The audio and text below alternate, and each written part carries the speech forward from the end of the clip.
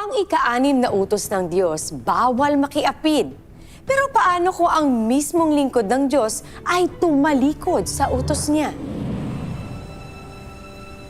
Sa ating munting mga buhay, maraming uri ng tukso. Tukso ng laman, kapangyarihan, kayamanan, at katanyagan. Sis, ang gwapo talaga ng bago nating kuro paroko. Oo nga, Father. Forgive me for I have sinned. Grabe yan. Hindi napakakot ninyo. Hindi pa kayo natatakot sa Diyos. Sorry po. Sorry. Umiwas tayo sa tukso dahil ang tukso, ito ang dahas ni Satanas na gagamitin niya sa ating mga buhay. At ikaw naman, Iya. Bawal yung damit na suot mo dito sa simbahan. Isuot mo itong balabalo. Upang tayo ay mapahamak at tiyak pag nangyari yon, doon na magsisimula ang pagtatakwil ng ating pananampalataya. Manalangin tayo.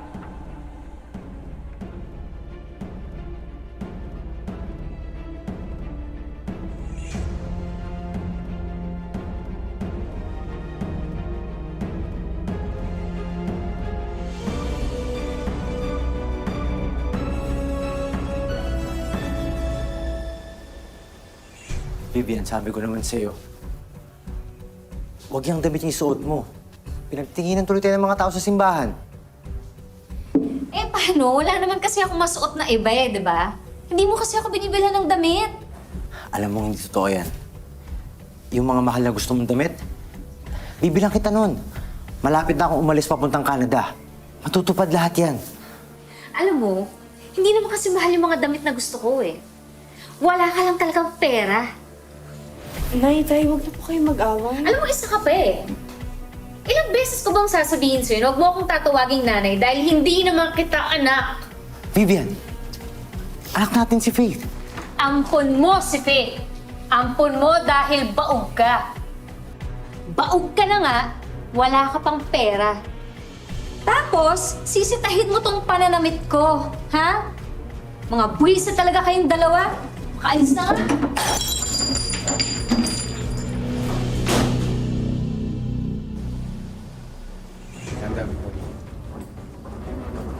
Ay, Father, halika na. Mag-umpisa na tayo. Andiyan na siya eh. Dali na.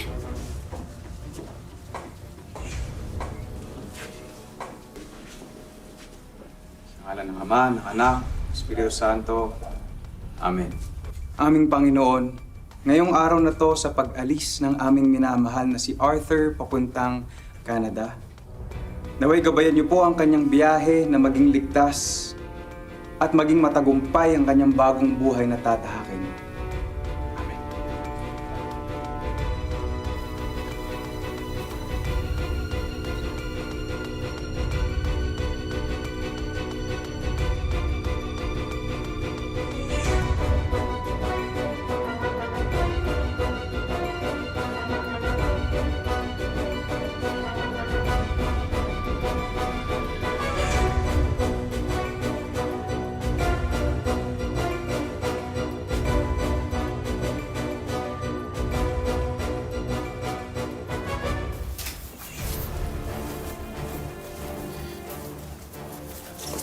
Diyos ko, Vivian. Ay, andiyan ka pala, Father. Nagawa po. Ito naman, kung makareact, para namang di mo na nakita to dati nung tayo pa. Vivian, pari na ako. Bakit? Porket ba pare, bawal na bang makipagkaibigan? Porket pare, hindi na rin pwede maging friends with the ex? Ganun ba yun? Ha? Vivian?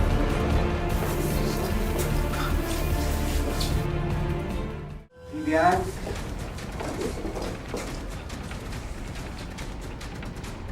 Father, dito ka pala.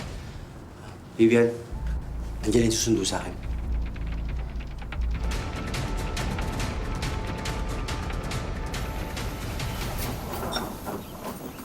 Anak, para sa kinabukasan mo to. Sa kinabukasan ng pamilya natin. Tayo, tumawag ka agad ha. Mamimiss kita. Ako nang bahala sa pamangkin ko, kuya. Tsaka, Ako na rin bahala sa maldita mong asawa. Maxine. Oh, eto na, eto na. Ito na yung bag mo. Sige na. Mamaya, hindi ka pa umabot, di ka makaalis.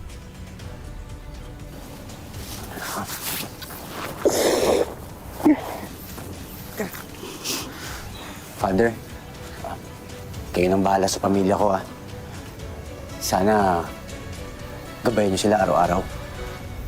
Oo naman, Arthur. Mauna na ako.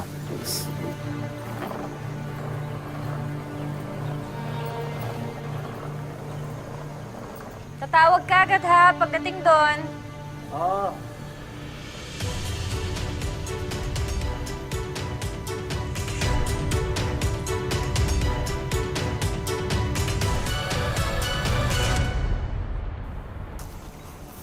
Asan na si... Damit ko. May, ako na po yung Mamaya. naglaba ha, para hindi na po kayo mapagod. May gusto pa po kayong ipalaba? Ito naman pala eh. Anak ng tinapak, kanina ko pa hinahanap to eh. Anong susuotin ko? Nay, sorry po, hindi ko po sinasadya. Akala ko po kasi labahin eh. Ibobo ka talaga eh. Ha? Anong susuotin ko sa simbahan ngayon, ha? Ano ako, magtutuwalya? Nay, sorry po, hindi ko po sinasadya. Ah, ganon. Hindi mo sinasadya. Ha? Pues, ito, hindi mo sinasadya. Ha? Yan! Ha? Bobo! Bobo ka talaga! Buisit! Huwag na huwag mo lang pakikialaman ng mga gamit ko, ha?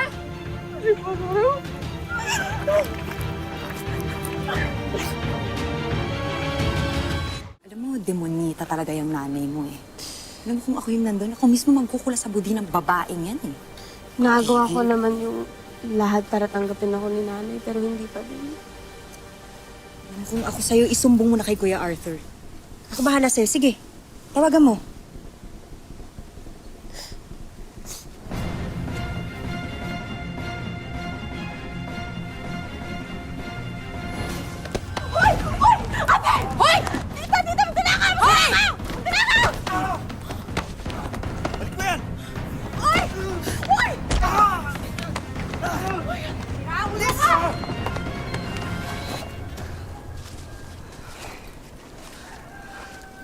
Okay ka lang?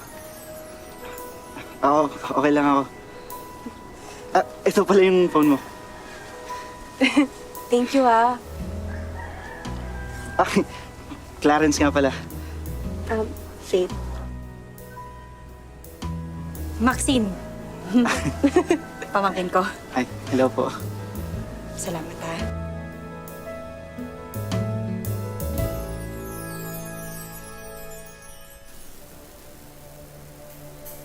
Panginoon, layo niyo po ako sa tukso.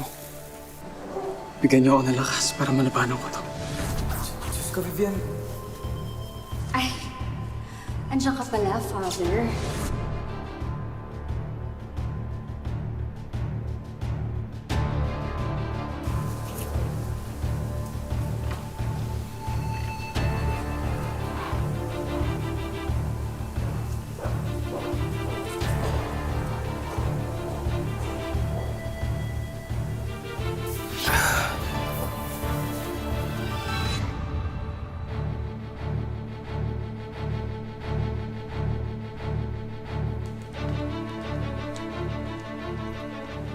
Sa ngalan ng Ama, ng Anak, ng Espiritu Santo.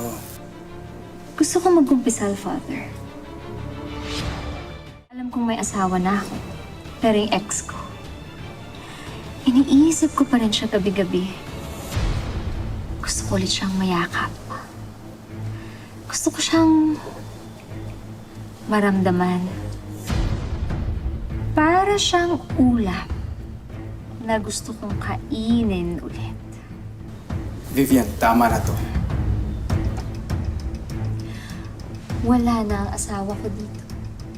Pwede na tayo magkita ng mas madalas. Vivian, kakasala ka sa ginagawa. Alam ko. Pero alam ko rin na kaya ka nagpare dahil hiniwalayan kita noon. Nagkamali ako na mas pinili ko si Arthur kaysa sa'yo. Ngayon tuloy, walang kwenta ang buhay ko kasama siya. Vivian, mo ba nami-miss ang dati? Yung tayong dalawa lang. Wala naman tao dito ah. Vivian, nasa simbahan tayo. Huwag dito. Umalis ka na.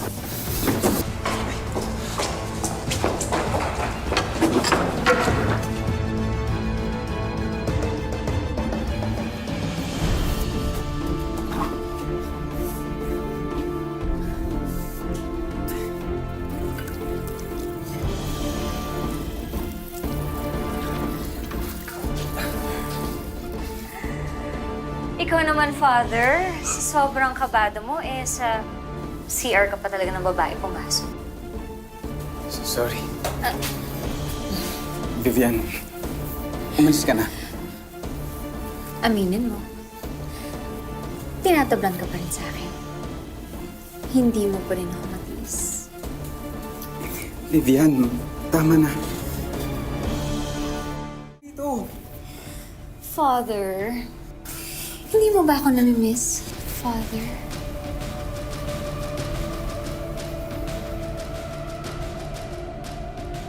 Tawa na to.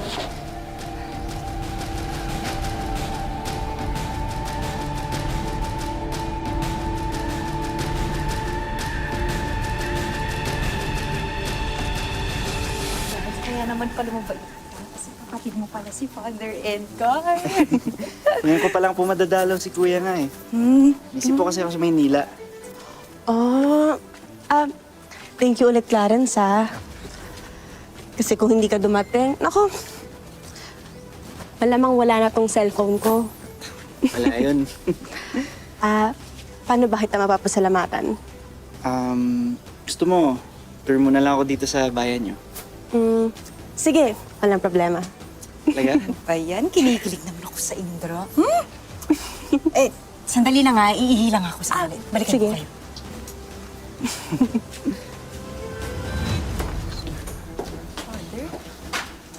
Kuya?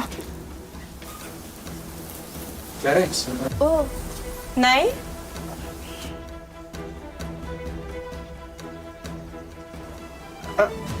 Kuya, anong ginagawa mo sa CR ng babae?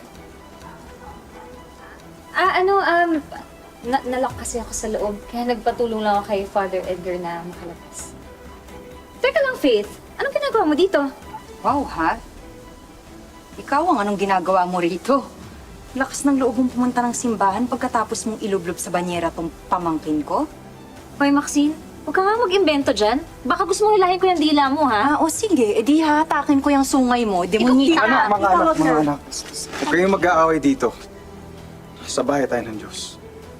Pasensya na po, Father. Ibang level kasi ang kasamaan ng babaeng yan eh.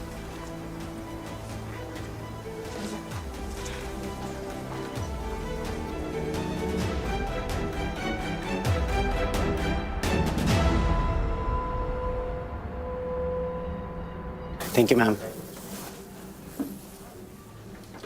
Brian, this is the third time that you gave a customer the wrong order. What the hell's going on? I'm sorry, sir. It won't happen again. No, it won't happen again because you're going to be fired.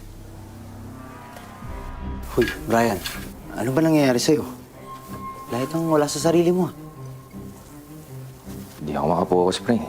Si Mrs. kasi. Bakit? Ano nangyari?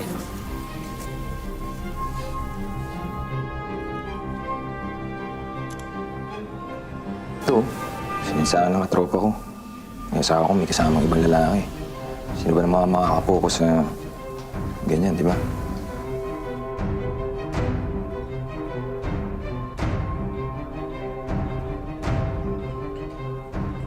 Mga hype sila. Kaya ikaw, pare, siguraduhin mo yung bantay ng asawa mo.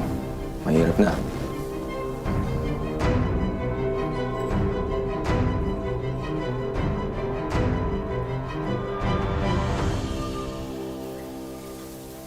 My heart is steadfast, Lord. My heart is steadfast. And I will sing. Lord is my strength, and He's my Savior. He is my fortress, He is my shield. He is my song.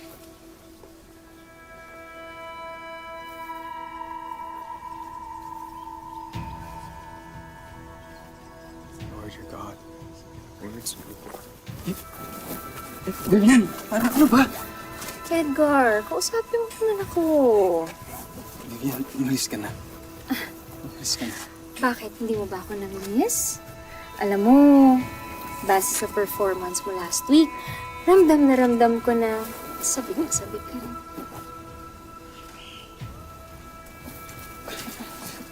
Edgar!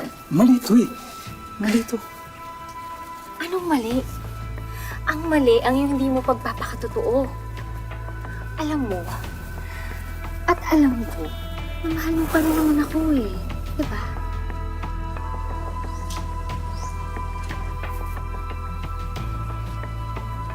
Huwag dito. Doon tayo sa bahay ko. Wala yung anak-anakan ko.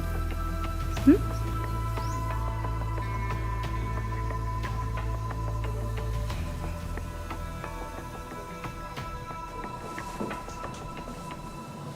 Mahal pa rin kita, Edgar. Sabihin mo, mahal mo din ako. Mahal pa rin kita, Vivian.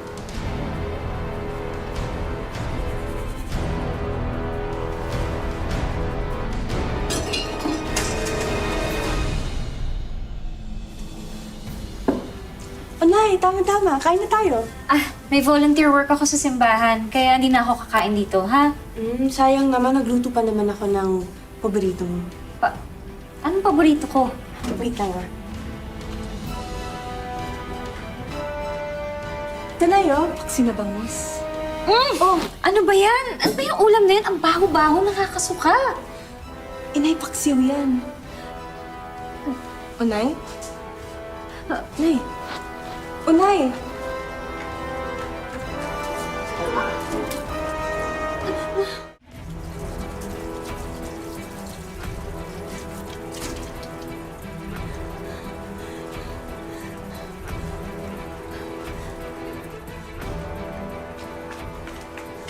Nay, okay ka lang?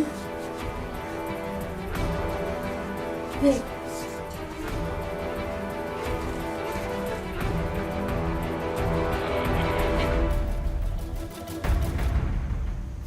Nagtataka nga po ako eh. Kasi naamoy ni nanay yung paksiw. Bigla siya nasuka. Nasuka talaga? OA naman niya eh. Sarap kaya ng luto mo ng paksiw, Faith. Diba? Baka maglilihi. Hindi maglilihi yan si Vivian. Hindi naman siya mabubuntis ni Kuya Arthur, no?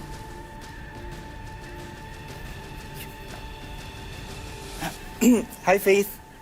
Ay, magandang araw po. Uy! Clarence! Wait lang po ah. Mga batang to. Anong ginagawa mo dito? Ay, tinanong ko kasi kung nasan ka. Sabi nila, nakila Aling Maita ka. Bibigay ko kasi ito. Ayan, ito. Phone case. Ayan. Tsaka ito. Ayan, binili ko to para sa'yo, para hindi ka na mabiktima ng snatcher. Ay. Thoughtful mo naman. Thank you. Ay, naku, tong dalawang tong batang to. Nakakakilig naman. Eh, sandali nga lang, Clarence, ikaw. Nililigawan mo ba tong pangangkin ko, ha?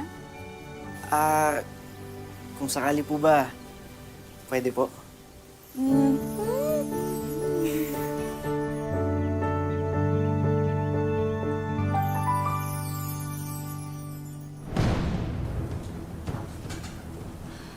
Positive. Ako, Vivian. Anong gagawin natin? Hindi ko rin alam. Hindi ko naman alam mangyayari to eh. Edgar, kasi lalaki yung tiyan ko. Tapos makikita ako ng mga tao. Malalagot din ako sa asawa ko. Diyos ko, pinaparusahan na yata tayo ng Diyos sa kasalanan natin. Father Edgar. Oh, Father. Ano po? Anong ginagawa niyo po dito? Kinakausap ko kasi si Vivian kung pwede siya mag-stay in sa simbahan. Kasi nangangailangan kami ng mga volunteers. Ano po ba?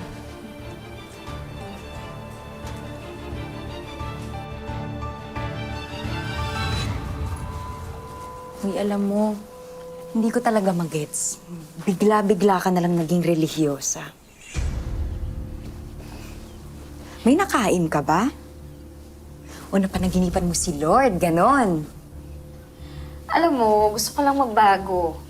Alam ko naman madami akong nagawang kasalanan eh. Hindi ba kasalanan na iiwan mo si Faith dito? Ha? Malaki na si Faith. At saka kaya nga kita pinapunta dito eh, para makapag-bonding kayo. Total, love na love niyo naman ng isa't isa, di ba? Alam mo, wala akong tiwala sa'yo, Vivian. Wala ka naman sigurong ginagawang masama, no?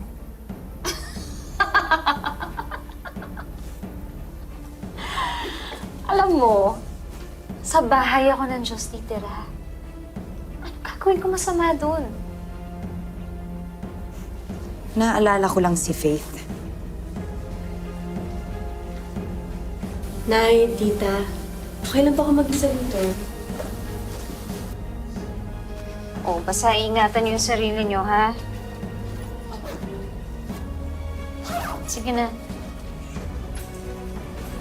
God bless sa inyong dalawa.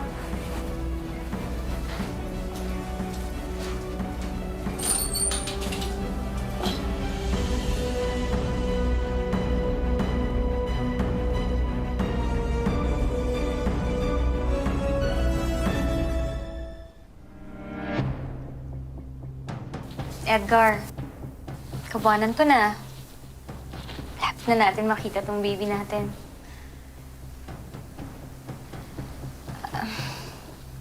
Hindi ka ba masaya? Ha?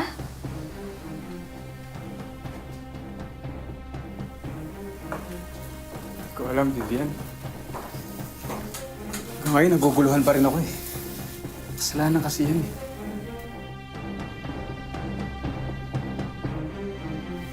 Pati sa mga tao sa parokya, nagsisinungaling ako para sa'yo. Basta ituloy natin yung plano natin. Manganganak ako dito sa loob. Pagkatapos, iuwi ko siya sa bahay. Kapag tinanong ako, sasabihin ko na napulot ko siya dito sa simbahan. Ha? Sumisipa.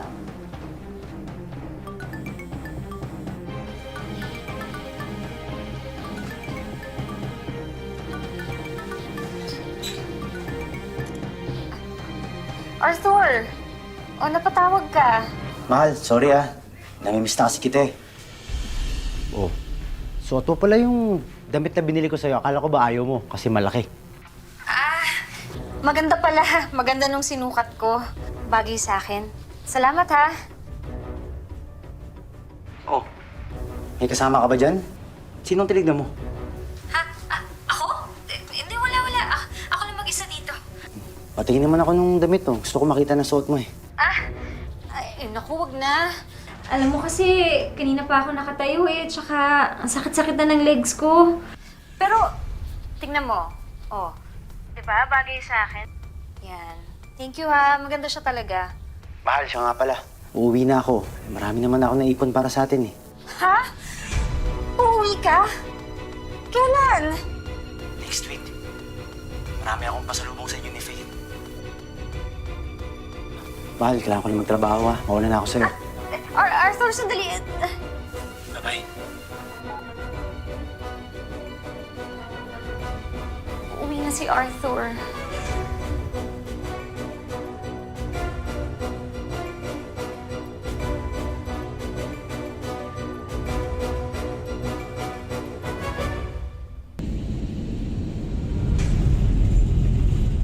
Faith! Faith! Tay, nasa kita!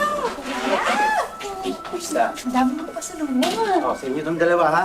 Uy, Sige. thank you. Thank you, Tay. Ay, siya nga pala, si Brian. Kaibigan ko sa Canada. Hello. Nice to meet you. Thank you, Tay. Teka. Oh, Faith. Asan ang nanay mo? Ayun, kuya, busy pa sa simbahan. Alam niya namang uuwi ka ngayon eh, sinabihan to ni Faith. Sabi niya habang na lang daw siya dito. Mabuti pa, surpresa natin sa simbahan. Sige. Brian, sumama ka na rin para makilala mo yung asawa ko. Sige. Tara. Dito. Sige lang. Tita, iwan mo lang yung dyan.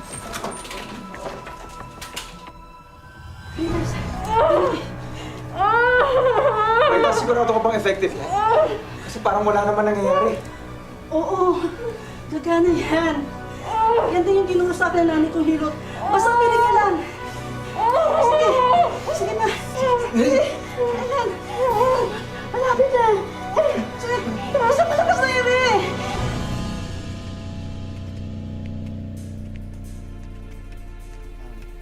Magandang araw po. Si Father Edgar po.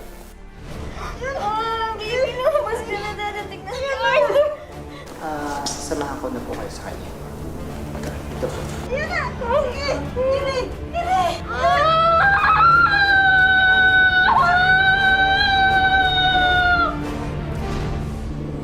Ang kasalanan ay para daw credit card, mahirap bayaran sa huli. Hanggang saan kaya aabot ang bawal na relasyon nila Vivian at Father Edgar? Abangan sa susunod na Sabado sa Tadhana. Mga kapuso, ako po si Marian Rivera at ito ang mas pinalakas na Tadhana. Mabit ka lang.